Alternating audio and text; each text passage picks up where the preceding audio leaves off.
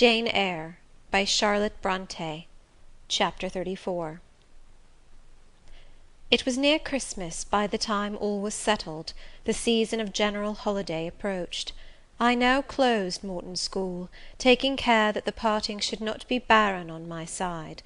Good fortune opens the hand as well as the heart wonderfully, and to give somewhat when we have largely received is but to afford a vent to the unusual ebullition of the sensations. I had long felt with pleasure that many of my rustic scholars liked me, and when we parted, that consciousness was confirmed. They manifested their affection plainly and strongly. Deep was my gratification to find I had really a place in their unsophisticated hearts. I promised them that never a week should pass in future that I did not visit them, and give them an hour's teaching in their school. Mr. Rivers came up, as, having seen the classes, now numbering 60 girls, file out before me, and locked the door, I stood with the key in my hand, exchanging a few words of special farewell with some half-dozen of my best scholars, as decent, respectable, modest, and well-informed young women as could be found in the ranks of the British peasantry. And that is saying a great deal, for after all the British peasantry are the best taught, best mannered, most self-respecting of any in Europe. Since those days I have seen paysans and bouwerinnen, and the best of them seemed to me ignorant, coarse, and besotted, compared with my Morton girls. "Do you consider you have got your reward for a season of exertion?" asked Mr. Rivers when they were gone. "Does not the consciousness of having done some real good in your day and generation give pleasure?" "Doubtless." "And you have only toiled a few months. Would not a life devoted to the task of regenerating your race be well spent?" "Yes," I said, "but I could not go on so for ever. I want to enjoy my own faculties as well as to cultivate those of other people. I must enjoy them now. Don't recall either my mind or body to the school. I am out of it, and disposed for full holiday." He looked grave. "What now? What sudden eagerness is this you evince? What are you going to do?" "To be active as I can. And first I must beg you to set Hannah at liberty, and get somebody else to wait on you." "Do you want her?" "Yes, to go with me to Moor House. Diana and Mary will be at home in a week, and I want to have everything in order against their arrival." "I understand. I thought you were for flying off on some excursion. It is better so. Hannah will go with you." "Tell her to be ready by to-morrow, then, and here is the schoolroom key. I will give you the key of my cottage in the morning." He took it. "You give it up very gleefully," said he. "I don't quite understand your light-heartedness, because I cannot tell what employment you propose to yourself as a substitute for the one you are relinquishing. What aim, what purpose, what ambition in life have you now?" "My first aim will be to clean down. Do you comprehend the full force of the expression? To clean down Moor House from chamber to cellar. My next, to rub it up with beeswax, oil, and an indefinite number of cloths, till it glitters again. My third, to arrange every chair, table, bed, carpet, with mathematical precision. Afterwards I shall go near to ruin you in coals and peat to keep up good fires in every room. And lastly, the 2 days preceding that on which your sisters are expected will be devoted by Hannah and me to such a beating of eggs, sorting of currants, grating of spices, compounding of Christmas cakes, chopping up of materials for mince pies, and solemnizing of other culinary rites, as words can convey but an inadequate notion of to the uninitiated like you. My purpose, in short, is to have all things in an absolutely perfect state of readiness for Diana and Mary before next Thursday, and my ambition is to give them a beau ideal of a welcome when they come." St. John smiled slightly. Still he was dissatisfied. "It is all very well for the present," said he, "but seriously, I trust that when the first flush of vivacity is over, you will look a little higher than domestic endearments and household joys." "The best things the world has," I interrupted. "No, Jane, no. This world is not the scene of fruition. Do not attempt to make it so; nor of rest. Do not turn slothful." "I mean, on the contrary, to be busy." "Jane, I excuse you for the present. 2 months' grace I allow you for the full enjoyment of your new position, and for pleasing yourself with this late-found charm of relationship. But then I hope you'll begin to look beyond Moor House and Morton and sisterly society, than the selfish calm and sensual comfort of civilized affluence. I hope your energies will then once more trouble you with their strength." I looked at him with surprise. "St. John," I said, "I think you are almost wicked to talk so. I am disposed to be as content as a queen, and you try to stir me up to restlessness. To what end?" "To the end of turning to profit the talents which God has committed to your keeping, and of which he will surely one day demand a strict account. Jane, I shall watch you closely and anxiously, I warn you of that. And try to restrain the disproportionate fervour with which you throw yourself into commonplace home pleasures. Don't cling so tenaciously to ties of the flesh. Save your constancy and ardour for an adequate cause, forbear to waste them on trite, transient objects. Do you hear, Jane?" "Yes, just as if you were speaking Greek. I feel I have adequate cause to be happy, and I will be happy. Good-bye." Happy at Moor House I was, and hard I worked, and so did Hannah.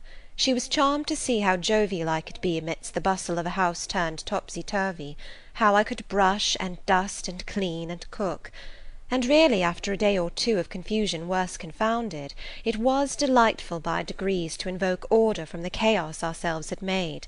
I had previously taken a journey to S to purchase some new furniture, my cousins having given me carte blanche to effect what alterations I pleased, and a sum having been set aside for that purpose. The ordinary sitting-room and bedrooms I left much as they were, for I knew Diana and Mary would derive more pleasure from seeing again the old homely tables and chairs and beds, than from the spectacle of the smartest innovations. Still, some novelty was necessary, to give to their return the piquancy with which I wished it to be invested. Dark handsome new carpets and curtains, an arrangement of some carefully selected antique ornaments in porcelain and bronze, new coverings and mirrors and dressing-cases for the toilet tables, answered the end. They looked fresh without being glaring. A spare parlour and bedroom I refurnished entirely, with old mahogany and crimson upholstery. I laid canvas on the passage and carpets on the stairs. When all was finished, I thought Moor House as complete a model of bright, modest snugness within, as it was, at this season, a specimen of wintry waste and desert dreariness without. The eventful Thursday at length came. They were expected about dark, and ere dusk fires were lit upstairs and below. The kitchen was in perfect trim, Hannah and I were dressed, and all was in readiness. St. John arrived first. I had entreated him to keep quite clear of the house till everything was arranged, and indeed the bare idea of the commotion, at once sordid and trivial, going on within its walls sufficed to scare him to estrangement. He found me in the kitchen, watching the progress of certain cakes for tea, then baking. Approaching the hearth, he asked, "If I was at last satisfied with housemaid's work?" I answered by inviting him to accompany me on a general inspection of the result of my labours. With some difficulty I got him to make the tour of the house. He just looked in at the doors I opened, and when he had wandered upstairs and downstairs, he said I must have gone through a great deal of fatigue and trouble to have effected such considerable changes in so short a time; but not a syllable did he utter indicating pleasure in the improved aspect of his abode. This silence damped me. I thought perhaps the alterations had disturbed some old associations he valued. I inquired whether this was the case, no doubt in a somewhat crestfallen tone. "Not at all. He had, on the contrary, remarked I had scrupulously respected every association. He feared, indeed, I must have bestowed more thought on the matter than it was worth. How many minutes, for instance, had I devoted to studying the arrangement of this very room? By the by, could I tell him where such a book was?" I showed him the volume on the shelf. He took it down, and withdrawing to his accustomed window recess, he began to read it. Now I did not like this reader. St. John was a good man, but I began to feel he had spoken truth of himself when he said he was hard and cold. The humanities and amenities of life had no attraction for him, its peaceful enjoyments no charm. Literally he lived only to aspire, after what was good and great, certainly, but still he would never rest, nor approve of others resting round him. As I looked at his lofty forehead, still and pale as a white stone, at his fine lineaments fixed in study, I comprehended all at once that he would hardly make a good husband, that it would be a trying thing to be his wife. I understood, as by inspiration, the nature of his love for Miss Oliver. I agreed with him that it was but a love of the senses. I comprehended how he should despise himself for the feverish influence it exercised over him, how he should wish to stifle and destroy it, how he should mistrust its ever conducting permanently to his happiness or hers. I saw he was of the material from which nature hews her heroes, Christian and pagan, her lawgivers, her statesmen, her conquerors, a steadfast bulwark for great interests to rest upon, but at the fireside too often a cold cumbrous column, gloomy and out of place. This parlour is not his sphere, I reflected. The Himalayan ridge or Caffrey bush, even the plague-cursed Guinea coast swamp would suit him better.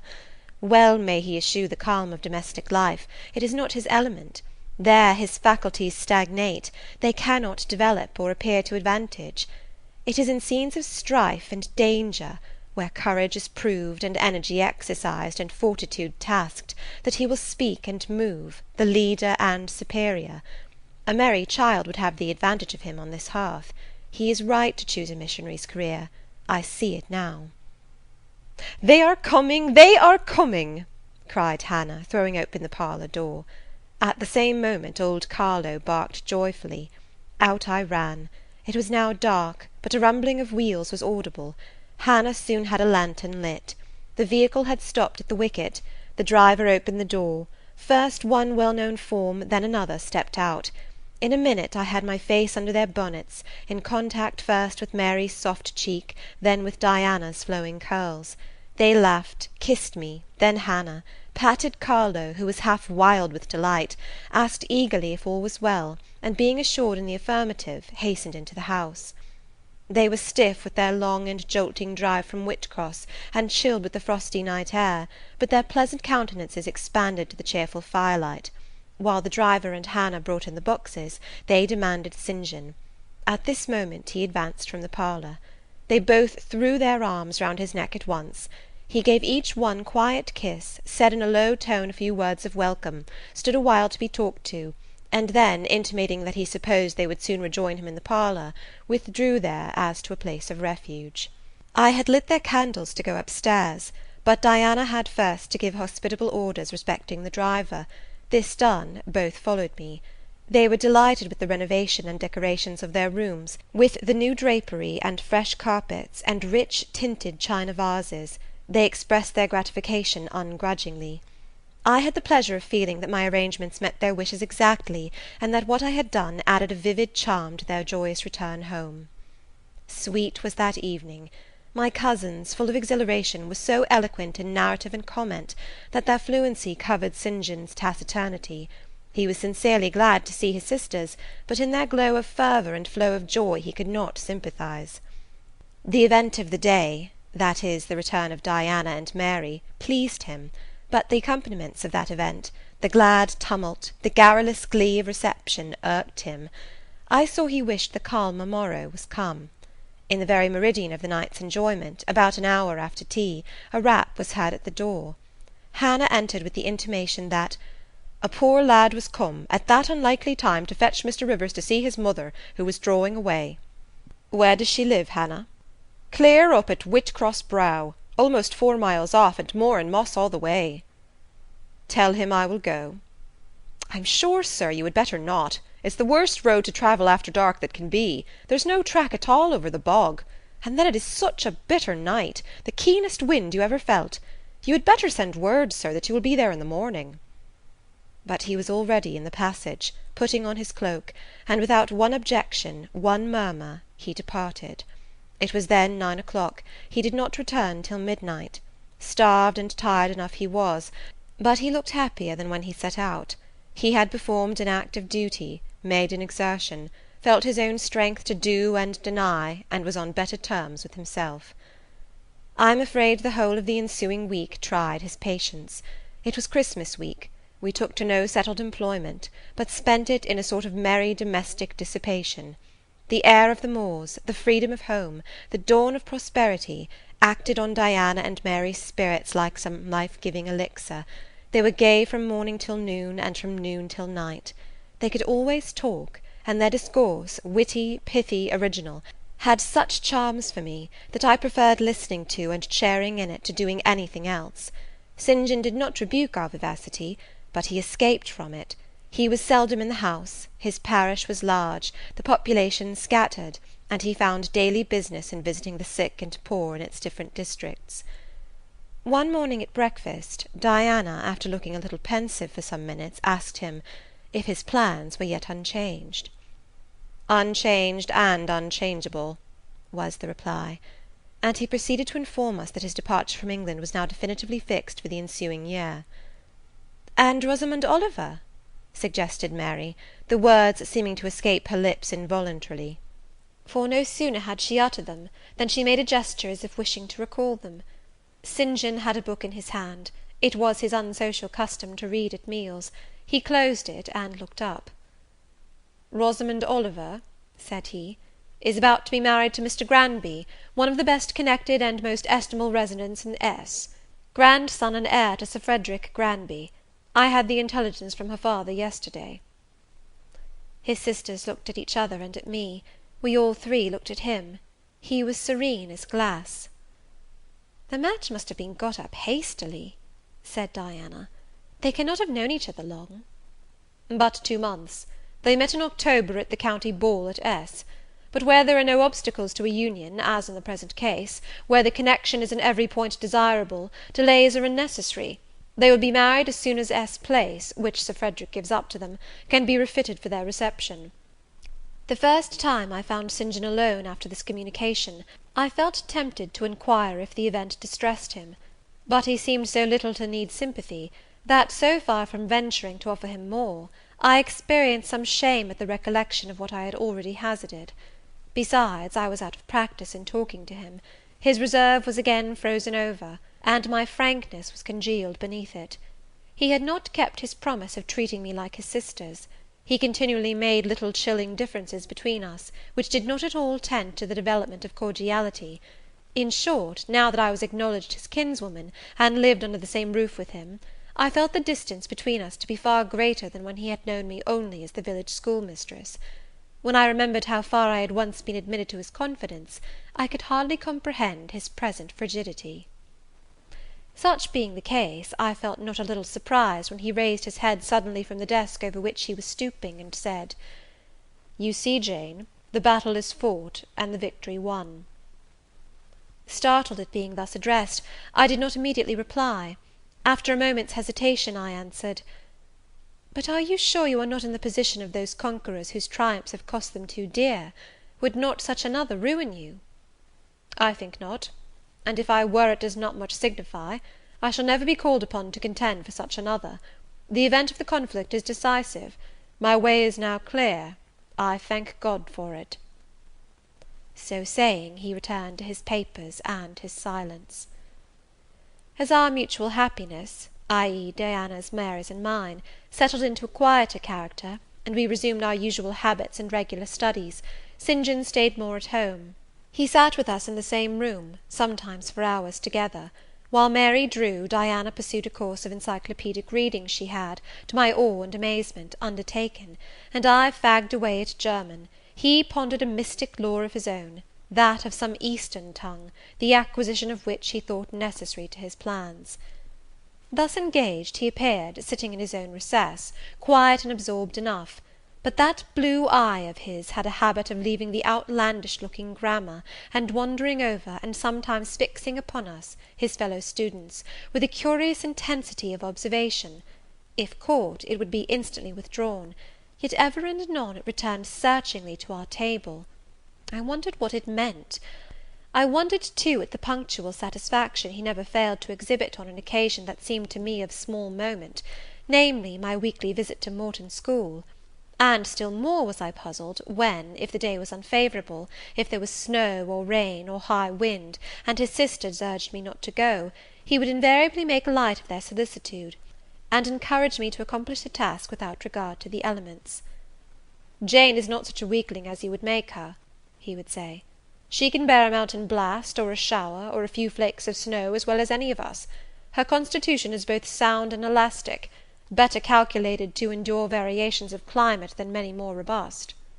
and when I returned, sometimes a good deal tired, and not a little weather-beaten, I never dared complain, because I saw that to murmur would be to vex him. On all occasions fortitude pleased him; the reverse was a special annoyance. One afternoon, however, I got leave to stay at home, because I really had a cold. His sisters were gone to Morton in my stead. I sat reading Schiller, he deciphering his crabbed oriental scrolls. As I exchanged a translation for an exercise, I happened to look his way. There I found myself under the influence of the ever-watchful blue eye. How long it had been searching me through and over, I cannot tell. So keen was it, and yet so cold, I felt for the moment superstitious, as if I was sitting in the room with something uncanny. "Jane, what are you doing?" "Learning German."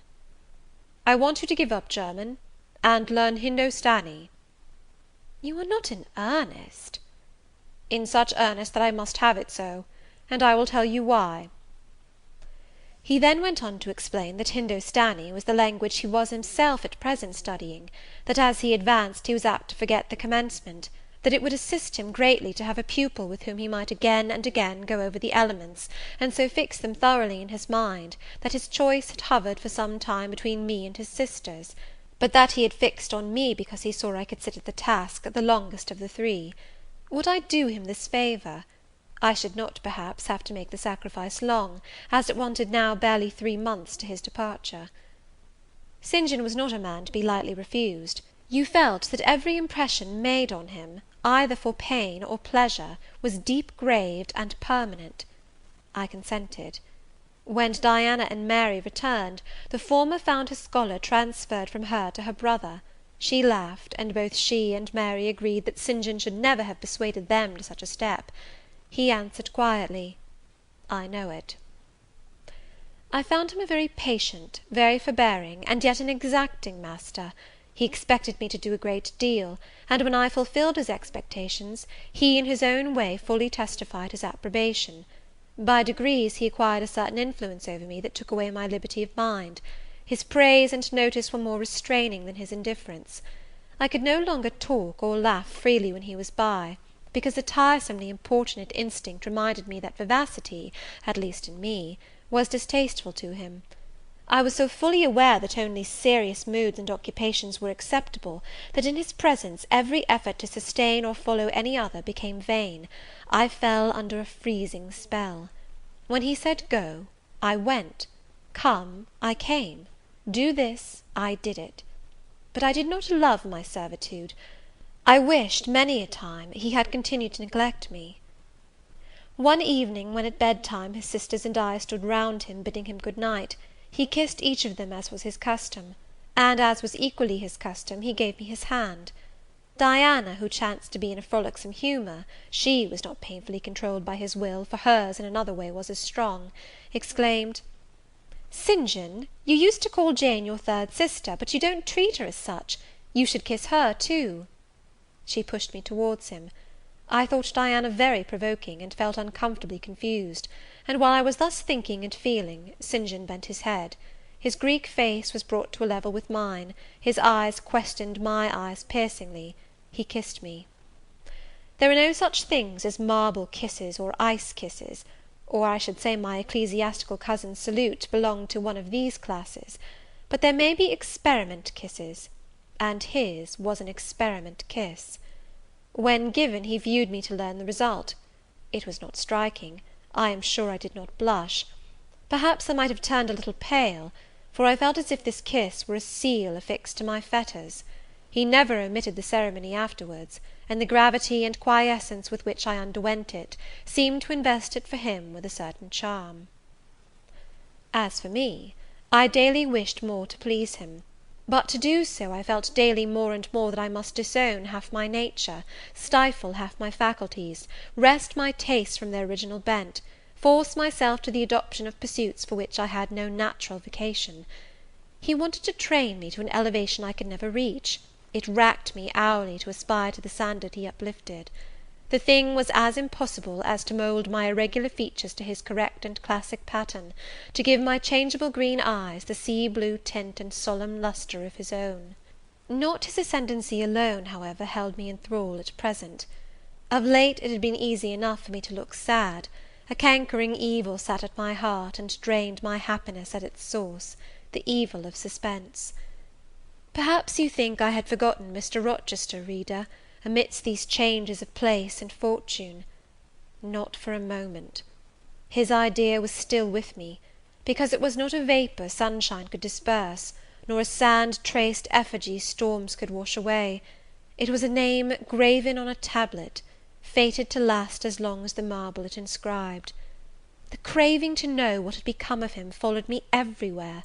When I was at Morton, I re-entered my cottage every evening to think of that, and now at Moor House I sought my bedroom each night to brood over it. In the course of my necessary correspondence with Mr. Briggs about the will, I had inquired if he knew anything of Mr. Rochester's present residence and state of health; but, as St. John had conjectured, he was quite ignorant of all concerning him. I then wrote to Mrs. Fairfax, entreating information on the subject. I had calculated with certainty on this step answering my end. I felt sure it would elicit an early answer. I was astonished when a fortnight passed without reply; but when 2 months wore away, and day after day the post arrived and brought nothing for me, I fell a prey to the keenest anxiety. I wrote again. There was a chance of my first letter having missed.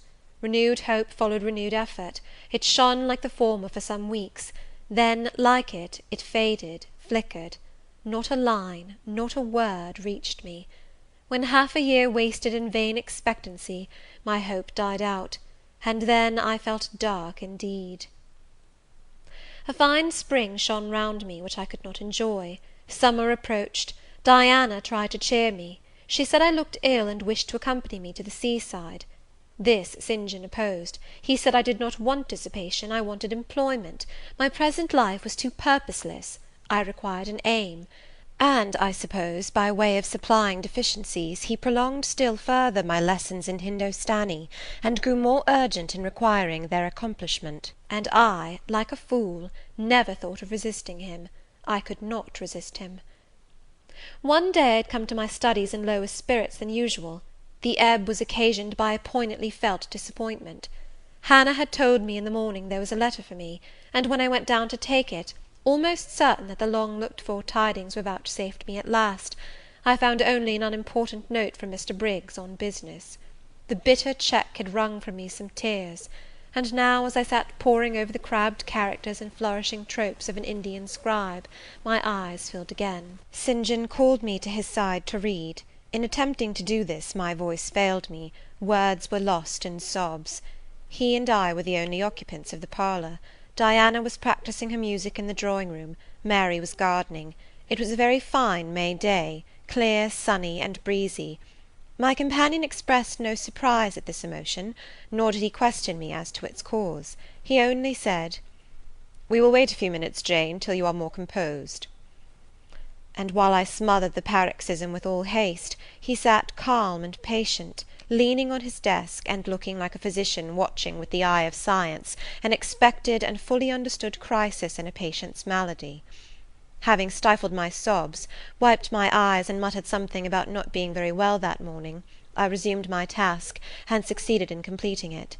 St. John put away my books and his, locked his desk, and said, "Now, Jane, you shall take a walk, and with me."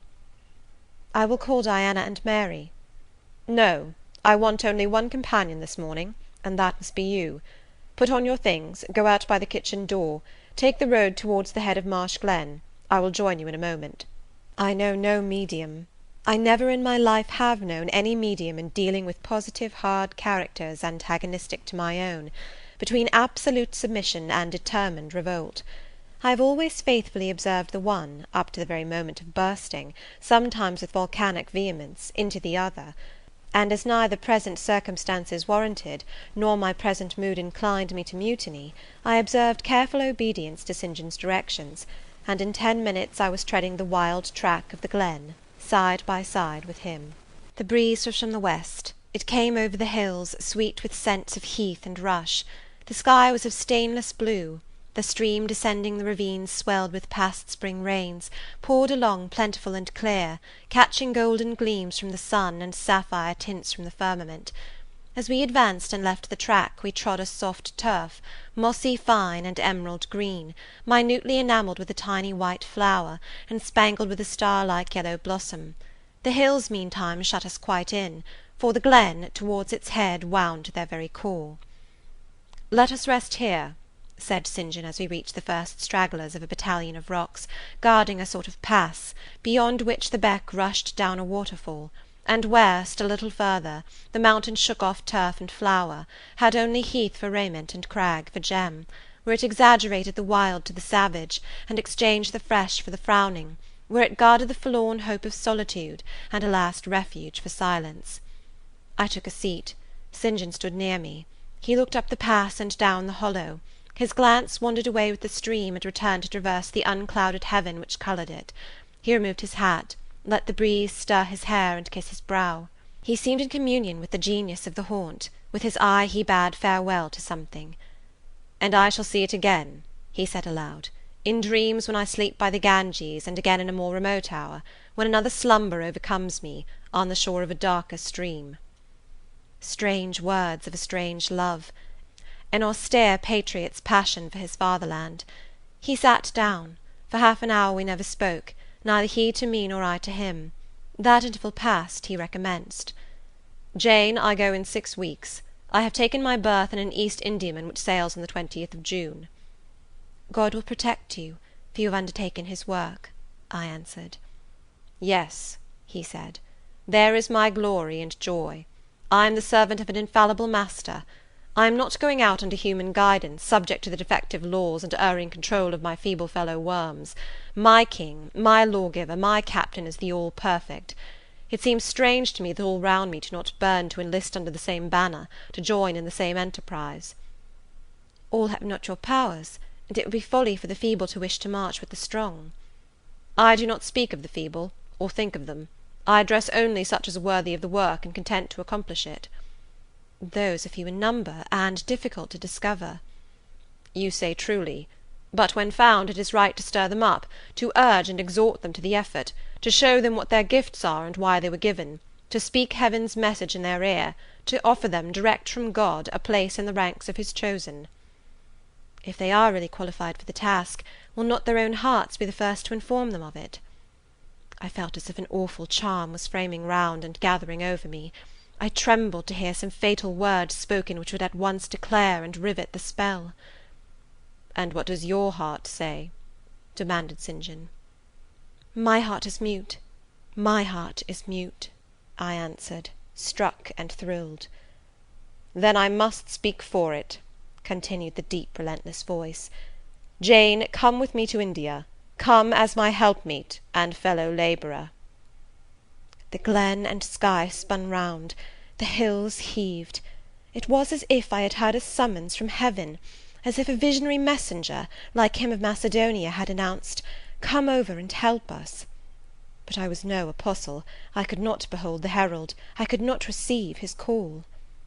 "Oh, St. John," I cried, "have some mercy!"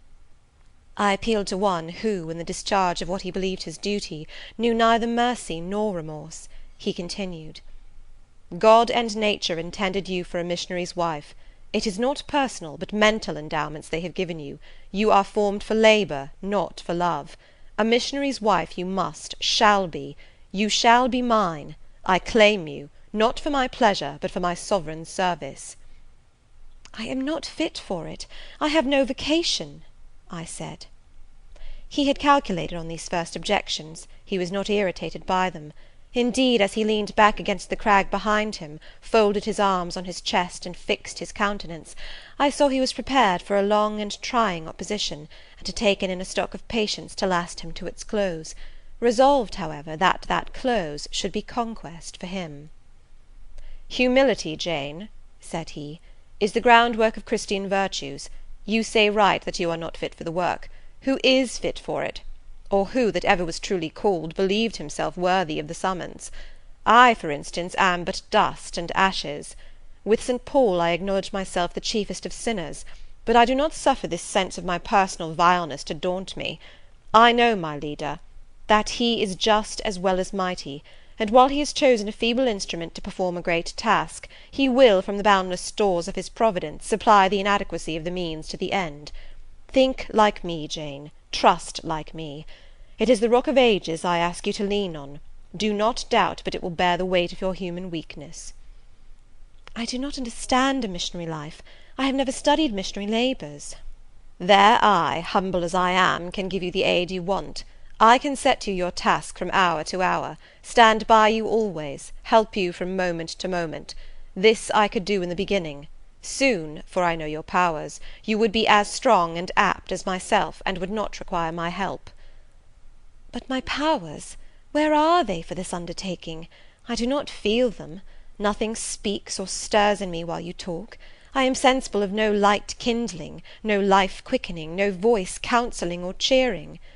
Oh, I wish I could make you see how much my mind is at this moment like a rayless dungeon, with one shrinking fear fettered in its depths, the fear of being persuaded by you to attempt what I cannot accomplish." "I have an answer for you. Hear it. I have watched you ever since we first met. I have made you my study for 10 months. I have proved you in that time by sundry tests. And what have I seen and elicited? In the village school I found you could perform well, punctually, uprightly, labour uncongenial to your habits and inclinations. I saw you could perform it with capacity and tact. You could win while you controlled. In the calm with which you learnt you had become suddenly rich, I read a mind clear of the vice of Demas. Lucre had no undue power over you. In the resolute readiness with which you cut your wealth into 4 shares, keeping but 1 to yourself, and relinquishing the 3 others to the claim of abstract justice, I recognized a soul that revelled in the flame and excitement of sacrifice. In the tractability with which, at my wish, you forsook a study in which you were interested, and adopted another because it interested me, in the untiring assiduity with which you have since persevered in it, in the unflagging energy and unshaken temper with which you have met its difficulties, I acknowledge the complement of the qualities I seek. Jane, you are docile, diligent, disinterested, faithful, constant, and courageous, very gentle and very heroic. Cease to mistrust yourself. I can trust you unreservedly.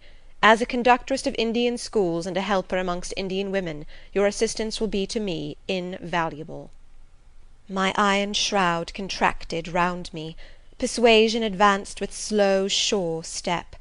Shut my eyes as I would, these last words of his succeeded in making the way, which had seemed blocked up, comparatively clear. My work, which had appeared so vague, so hopelessly diffuse, condensed itself as he proceeded, and assumed a definite form under his shaping hand. He waited for an answer. I demanded a quarter of an hour to think before I again hazarded a reply. "Very willingly," he rejoined, and rising, he strode a little distance up the pass, threw himself down on a swell of heath, and there lay still. I can do what he wants me to do. I am forced to see and acknowledge that, I meditated. That is, if life be spared me. But I feel mine is not the existence to be long protracted under an Indian sun. What then? He does not care for that. When my time came to die, he would resign me, in all serenity and sanctity, to the God who gave me. The case is very plain before me. In leaving England I should leave a loved but empty land. Mr. Rochester is not there, and if he were, what is, and what can that ever be to me? My business is to live without him now. Nothing so absurd, so weak as to drag on from day to day as if I were waiting some impossible change in circumstances which might reunite me to him. Of course, as St. John once said, I must seek another interest in life to replace the one lost. Is not the occupation he now offers me truly the most glorious man can adopt or God assign? Is it not, by its noble cares and sublime results, the one best calculated to fill the void left by uptorn affections and demolished hopes? I believe I must say yes, and yet I shudder. Alas, if I join St. John, I abandon half myself. If I go to India, I go to premature death. And how will the interval between leaving England for India and India for the grave be filled? Oh, I know well. That, too, is very clear to my vision. By straining to satisfy St. John till my sinews ache, I shall satisfy him, to the finest central point and farthest outward circle of his expectations. If I do go with him, if I do make the sacrifice he urges, I will make it absolutely. I will throw all on the altar, heart, vitals, the entire victim. He will never love me, but he shall approve me. I will show him energies he has not yet seen, resources he has never suspected. Yes, I can work as hard as he can, and with as little grudging. Consent, then, to his demand is possible, but for one item, one dreadful item. It is that he asks me to be his wife, and has no more of a husband's heart for me than that frowning giant of a rock down which the stream is foaming in yonder gorge. He prizes me as a soldier would a good weapon, and that is all. Unmarried to him, this would never grieve me, but can I let him complete his calculations, coolly put into practice his plans, go through the wedding ceremony? Can I receive from him the bridal ring, endure all the forms of love, which I doubt not he would scrupulously observe, and know that the spirit was quite absent? Can I bear the consciousness that every endearment he bestows is a sacrifice made on principle? No, such a martyrdom would be monstrous. I will never undergo it. As his sister I might accompany him, not as his wife. I will tell him so. I looked towards the knoll. There he lay, still as a prostrate column. His face turned to me, his eye beaming watchful and keen. He started to his feet and approached me. I am ready to go to India, if I may go free. Your answer requires a commentary, he said. It is not clear. You have hitherto been my adopted brother, I your adopted sister. Let us continue as such. You and I had better not marry. He shook his head. Adopted fraternity will not do in this case. If you were my real sister, it would be different. I should take you, and seek no wife. But as it is, either our union must be consecrated and sealed by marriage, or it cannot exist. Practical obstacles oppose themselves to any other plan. Do you not see it, Jane? Consider a moment, your strong sense will guide you. I did consider, and still my sense, such as it was, directed me only to the fact that we did not love each other as man and wife should, and therefore it inferred we ought not to marry. I said so. St. John, I returned, I regard you as a brother, you me as a sister, so let us continue. We cannot, he answered, with short, sharp determination. It would not do. You have said you will go with me to India. Remember, you have said that. Conditionally. Well, well, to the main point. The departure with me from England, the cooperation with me in my future labours, you do not object. You have already as good as put your hand to the plough. You are too consistent to withdraw it. You have but one end to keep in view, how the work you have undertaken can best be done. Simplify your complicated interests, feelings, thoughts, wishes, aims. Merge all considerations in one purpose, that of fulfilling with effect, with power, the mission of your great master. To do so you must have a coadjutor, not a brother, that is a loose tie, but a husband. I, too, do not want a sister. A sister might any day be taken from me. I want a wife, the sole helpmeet I can influence sufficiently in life, and retain absolutely till death. I shuddered as he spoke. I felt his influence in my marrow, his hold on my limbs. Seek one elsewhere than in me, St. John. Seek one fitted to you. One fitted to my purpose, you mean, fitted to my vocation. Again, I tell you, it is not the insignificant private individual, the mere man with the man's selfish senses, I wish to mate. It is the missionary. And I will give the missionary my energies. It is all he wants, but not myself. That would only be adding the husk and shell to the kernel. For them he has no use. I retain them. You cannot. You ought not. Do you think God will be satisfied with half an oblation? Will he accept a mutilated sacrifice? It is the cause of God I advocate. It is under his standard I enlist you. I cannot accept on his behalf a divided allegiance. It must be entire. Oh, I will give my heart to God, I said. You do not want it. I will not swear, reader, that there was not something of repressed sarcasm both in the tone in which I uttered this sentence, and in the feeling that accompanied it. I had silently feared St. John till now, because I had not understood him. He had held me in awe, because he had held me in doubt. How much of him was saint, how much mortal, I could not heretofore tell, but revelations were being made in this conference. The analysis of his nature was proceeding before my eyes. I saw his fallibilities, I comprehended them. I understood that, sitting there where I did, on the bank of heath, and with that handsome form before me, I sat at the feet of a man, caring as I. The veil fell from his hardness and despotism. Having felt in him the presence of these qualities, I felt his imperfection, and took courage. I was with an equal, one with whom I might argue, one whom, if I saw good, I might resist. He was silent after I had uttered the last sentence, and I presently risked an upward glance at his countenance. His eye, bent on me, expressed at once stern surprise and keen inquiry. Is she sarcastic, and sarcastic to me? It seemed to say. What does this signify? Do not let us forget that this is a solemn matter, he said ere long, one of which we may neither think nor talk lightly without sin. I trust, Jane, you are in earnest when you say you will serve your heart to God. It is all I want.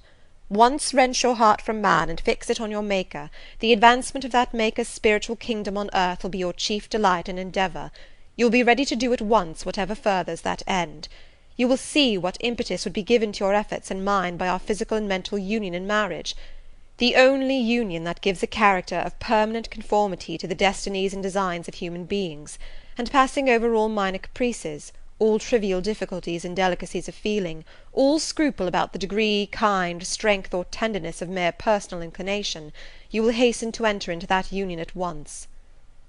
Shall I said briefly, and I looked at his features, beautiful in their harmony, but strangely formidable in their still severity, at his brow, commanding but not open, at his eyes, bright and deep and searching, but never soft, at his tall imposing figure, and fancied myself in idea his wife. Oh, it would never do! As his curate, his comrade, all would be right.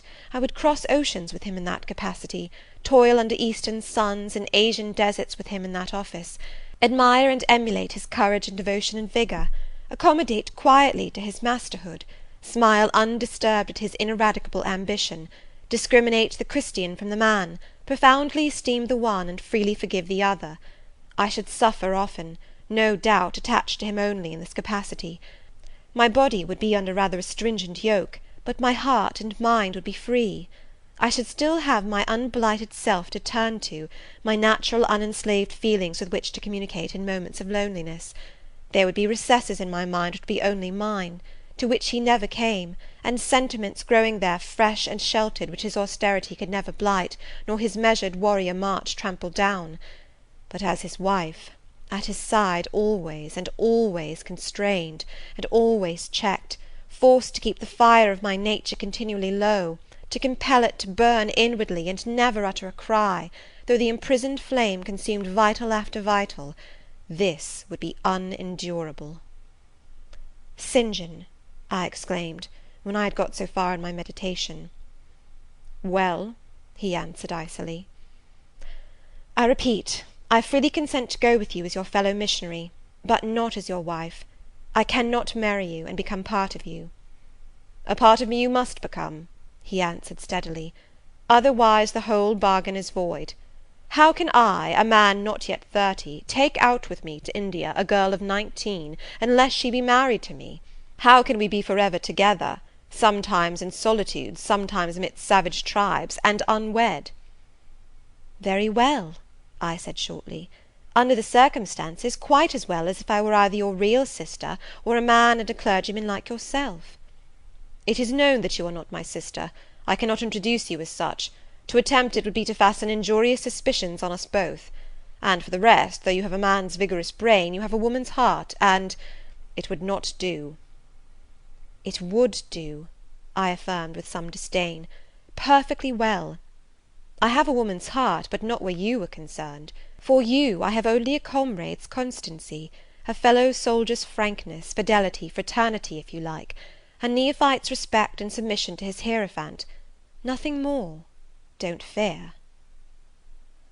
It is what I want, he said, speaking to himself. It is just what I want.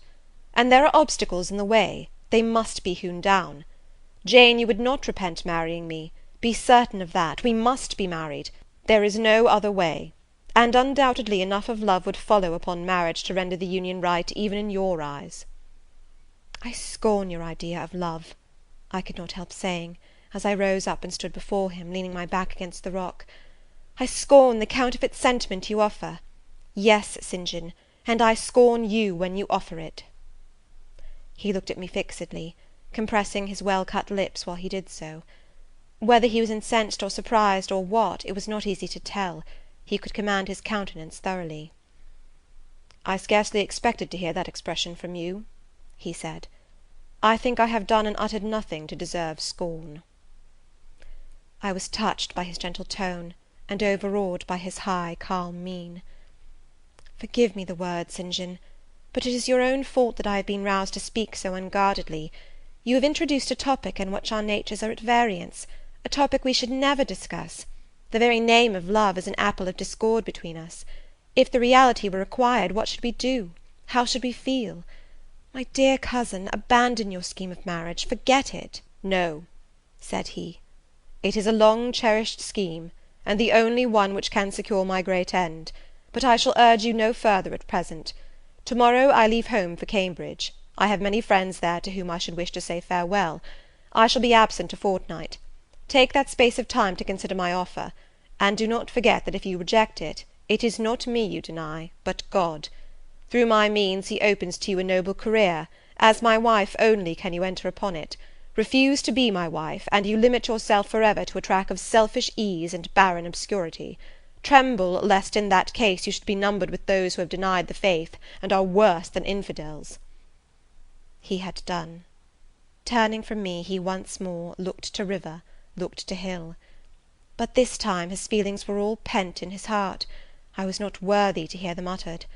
As I walked by his side homeward, I read well in his iron silence all he felt towards me, the disappointment of an austere and despotic nature, which has met resistance where it expected submission, the disapprobation of a cool, inflexible judgment, which has detected in another feelings and views in which it has no power to sympathize. In short, as a man, he would have wished to coerce me into obedience.